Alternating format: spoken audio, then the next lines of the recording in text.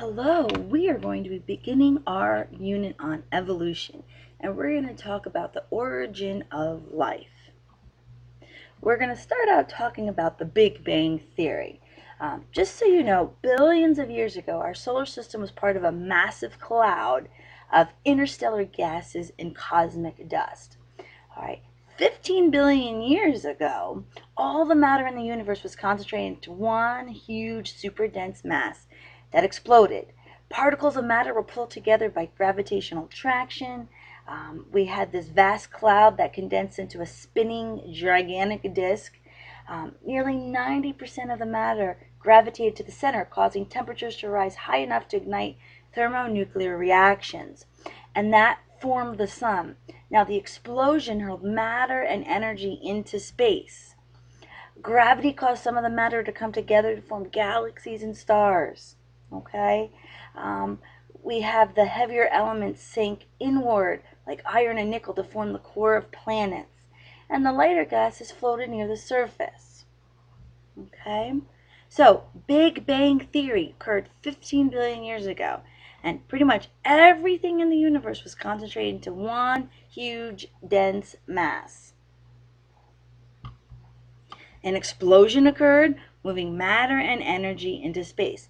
This is what formed the universe.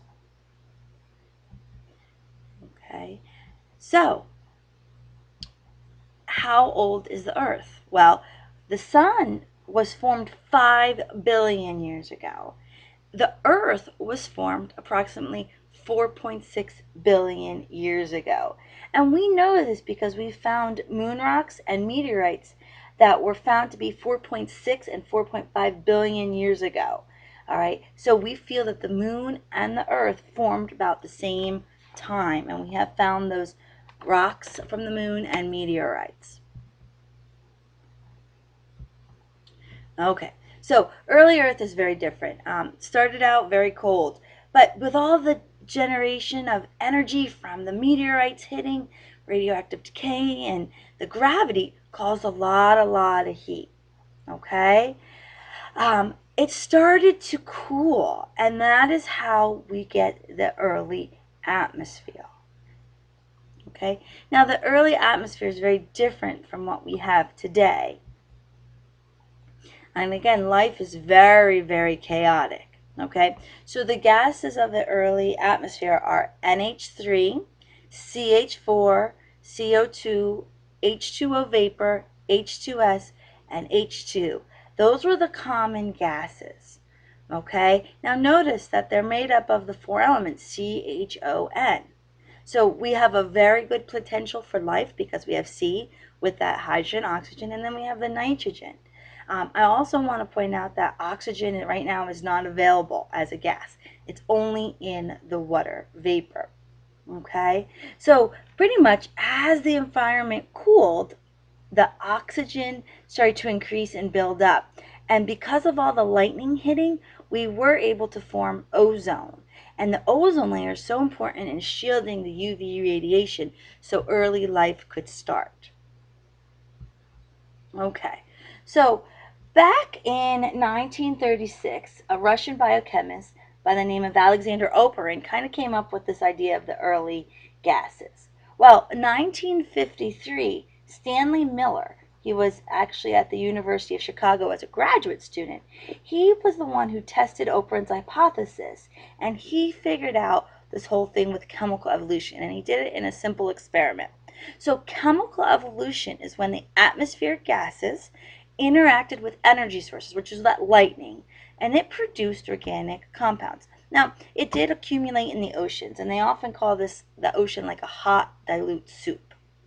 Out of everything that was formed, RNA was the first thing that was formed, and then it developed into the bacteria. Okay, this is Stanley Miller, and this is with his little experiment.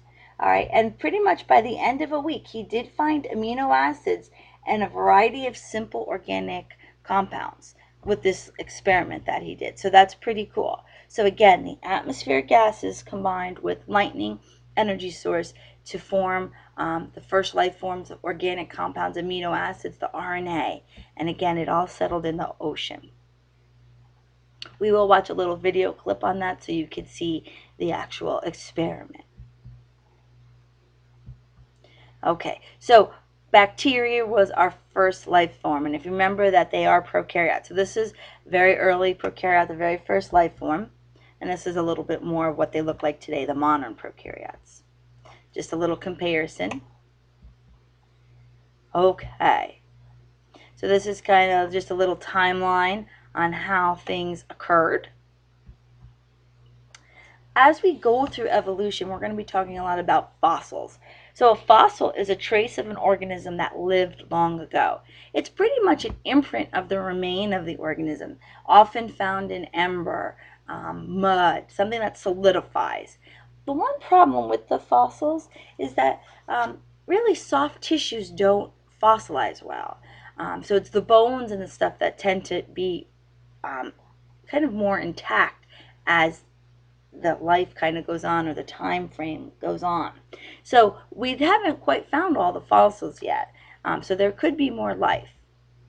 Okay, but we have found bacteria, that have been fossilized about 3.5 billion years ago. And based on where they are in the rocks will actually depend on how old they are. This is just showing you some examples of fossils. And just so you know, a paleontologist is somebody who studies fossils. It's a scientist who just deals with fossils. All right. Petrification does occur when minerals dissolved in the groundwater seep into the tissues of dead organisms and replace the organic matter. So we often say it's petrified wood or petrified something. So this is one of the ways that fossils can be formed. Another cool thing about figuring out the age of things, especially with the fossils or rock, with the layers of the fossil record, we can look at radiometric dating. And pretty much we will measure certain radioactive isotopes. And we know that radioactive isotopes do have a fixed rate of decay. They have a half-life. So we can use, let's say, carbon-14 or potassium-40 to figure out the actual age of those rocks or those fossils. So this has been very helpful to kind of give a timeline about different things of evolution. If you have any questions, let me know tomorrow. Thanks.